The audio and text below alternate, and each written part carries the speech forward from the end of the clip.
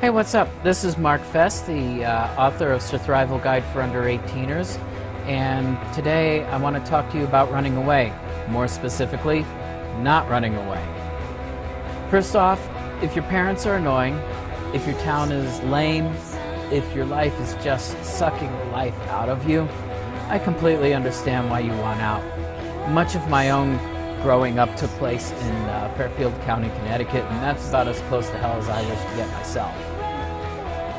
Wanting to get out on your own is actually a positive sign on your part. It's like when a 6-year-old says something like, "When I'm big, I want to fly planes." It's healthy to look at the future, to want to get out there and do stuff of your own. It's part of growing up. It's part of becoming your own person.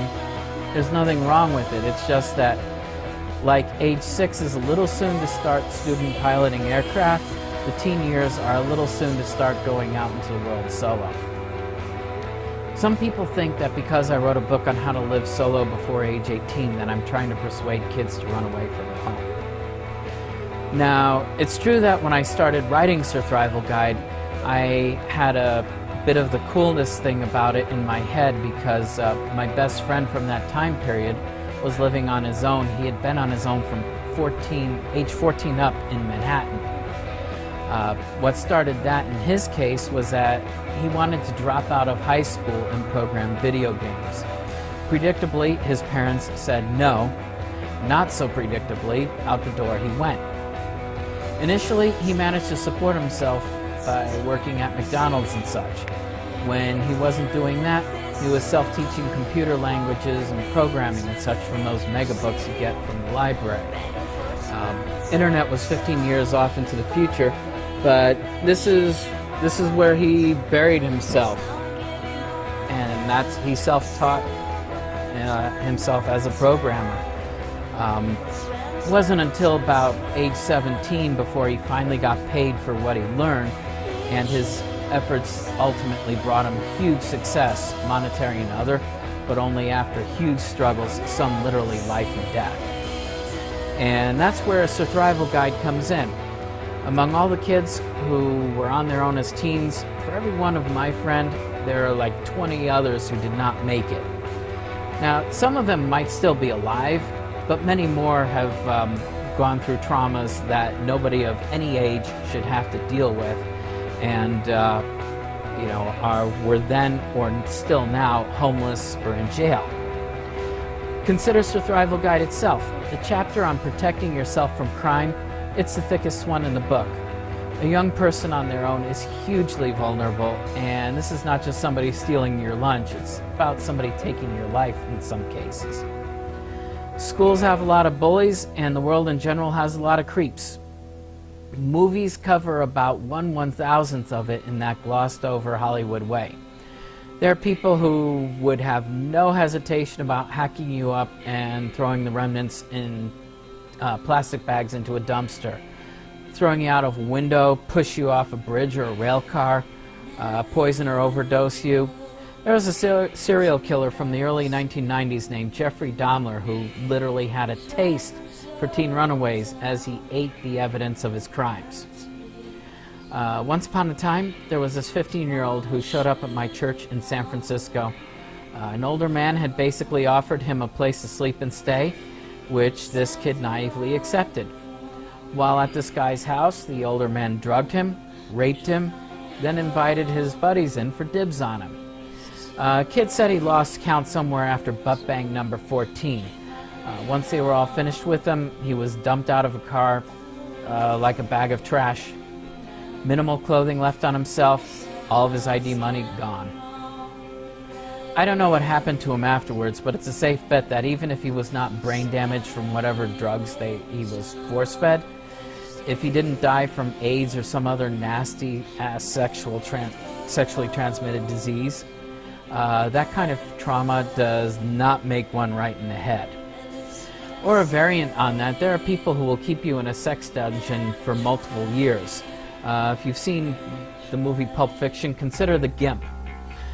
Except that as a teen, and once your keepers are bored with you, kidnapping and imprisonment are felonies, so they'll probably destroy the evidence by making it impossible for you to talk about it forever.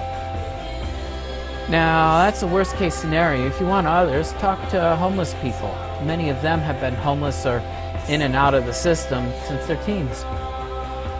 Part of being so vulnerable comes from having to support yourself, by getting work that pays money. My friend, he struggled mightily, and while I loved my own touristic views into his life and thought how cool it was that he was on his own, there were times where he was eating food at my parents' house because he was not going to have anything of substance to eat for a couple days afterwards until he showed up for work at McDonald's and got his employee meal during the break. He had a way to support himself, barely, and that was at a time when there were jobs. Nowadays, not so many jobs. Nobody in their right mind is hiring for anything. It's why so many adults are sleeping in their cars or crashing on their in-laws' couch.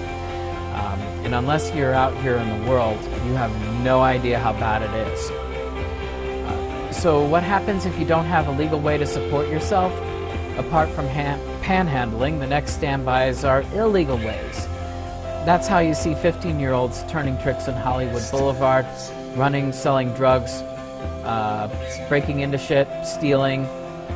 Pimps, fences, higher-level dealers, they know how to shield and protect themselves, specifically by using teens. People like that seldom end up in jail, whereas the teens they use do. And when you get released, say 5, 8 years later, in your 20s, that's how a lot of homeless adults get their beginnings, pushing shopping carts around.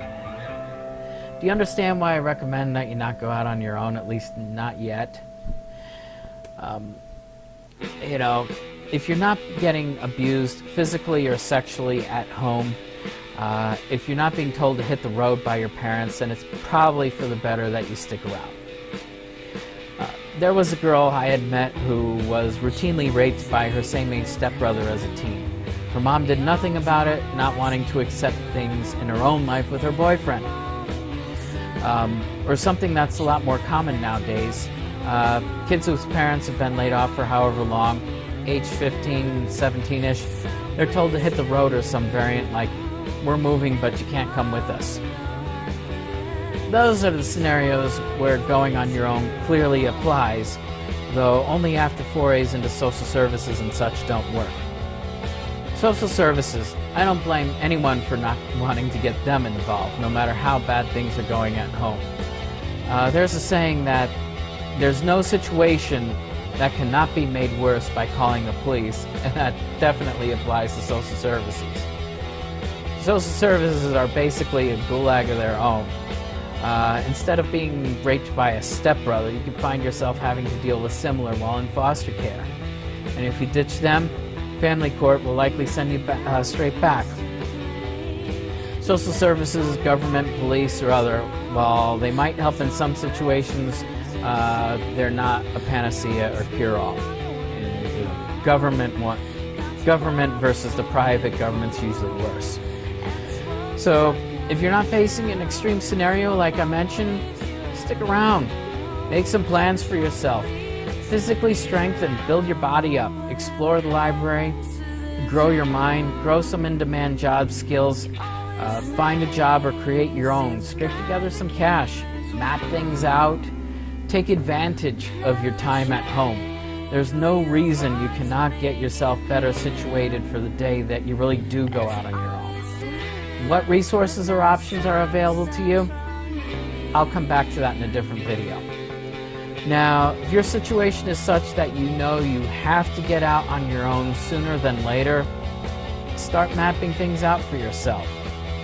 But unless you're facing a serious abuse situation, an immediate life or death scenario, you're likely better off staying with your parents or at least staying around in town. Best to you, whatever you decide.